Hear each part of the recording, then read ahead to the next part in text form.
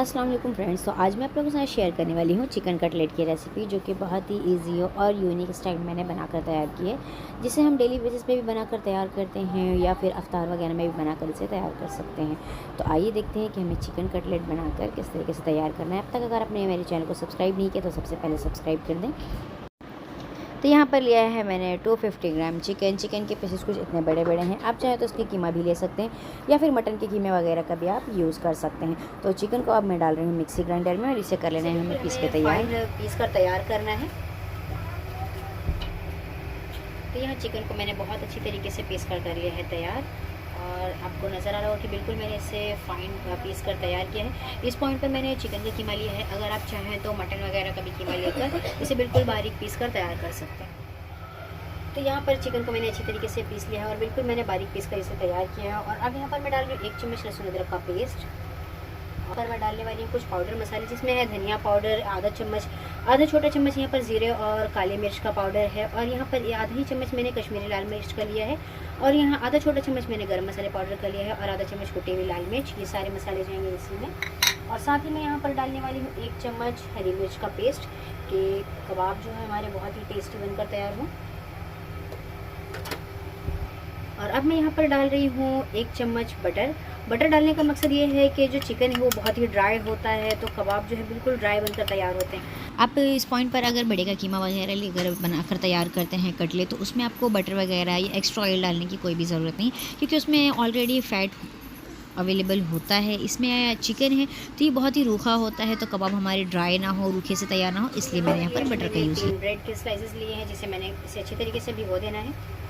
तो यहाँ पर ब्रेड के स्लाइसेस जो है बहुत अच्छी तरीके से भीग गए हैं। मैंने यहाँ पर ब्रेड के स्लाइसेस लिए हैं। आप चाहे तो इस पॉइंट पर पाव का भी यूज़ कर सकते हैं, और पाव को अच्छी तरीके से भिगोने के बाद, क्योंकि वो बहुत ज़्यादा मोटे होते हैं, तो इसीलिए आप उसे 1.5 से 2 मिनट भिगोएं।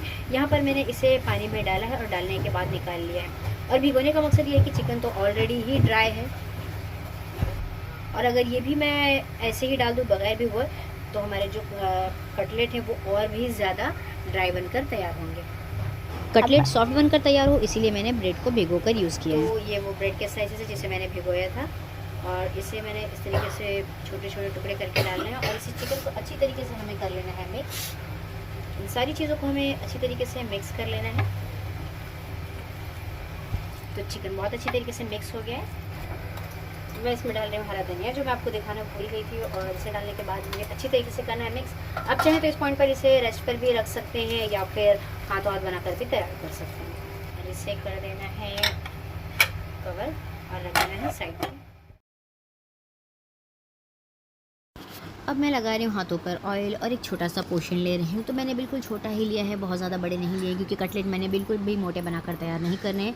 और इसके बाद मैंने इसे कर लिया है गोल, और अच्छी तरीके से गोल करने के बाद मैंने इसे एक पेड़े का शेप दिया है। और पेड़े का शेप देने के बाद मैंने इसे ब्रेड क्रम्स में डालने के बाद इसे अच्छी तरीके से हाथों से फैलाकर अच्छी तरीके से एक कटलेट शेप देना है, कि जो ब्रेड क्रम्स की कोटिंग हो वो दोनों साइड से ही कटलेट में बहुत अच्छी तरीके से हो जाए। तो इस तरीके से आप भी इसी तरीके से फैलाकर इसे तैयार कर लें। तो यहाँ पर सारे कटलेट जो है मैंने इस तरीके से ब्रेड क्रम्स वगैरह में इसकी कोटिंग करके कर लिए तैयार।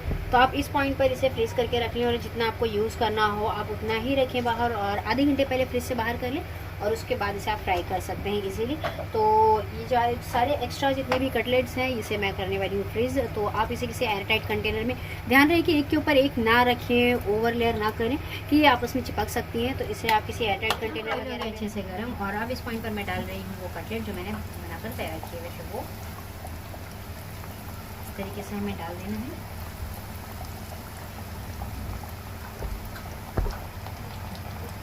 इसकी साइड कर लेना है हमें चेंज। ये एक साइड से हो गई है गोल्डन,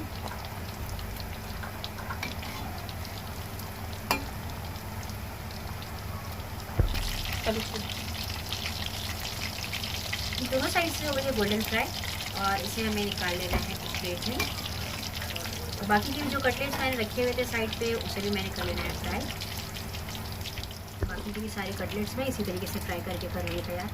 हाँ जी, तो चिकन कटलेट हो गए हैं बिल्कुल अच्छी तरीके से फ्राई, यहाँ पे आपको नज़र आ रहा होगा। और अब देखिए, अब चिकन कटलेट जो है बहुत ही सॉफ्ट और बहुत ही टेस्टी बनकर तैयार हुए हैं। और उसी के साथ मैंने एक साइड पे रखा है केचप, और अगर आप इसके साथ लें तो दही, और मेयोनीज़ की चटनी। ये जो सारी चीज़ें बनकर हो गई है तैयार। तो आप इस रेसिपी को ज़रूर ट्राई करें और मेरे चैनल को लाइक शेयर सब्सक्राइब करना ना भूलें। बेल आइकन को ज़रूर प्रेस करें कि इससे मेरे नए नए वीडियोज़ की नोटिफिकेशन आपको मिलते रहेगी। तो मिलते हैं एक नई रेसिपी के साथ नेक्स्ट वीडियो में। तब तक के लिए रखिए अपना ढेर सारा ख्याल। अल्लाह हाफ़िज़।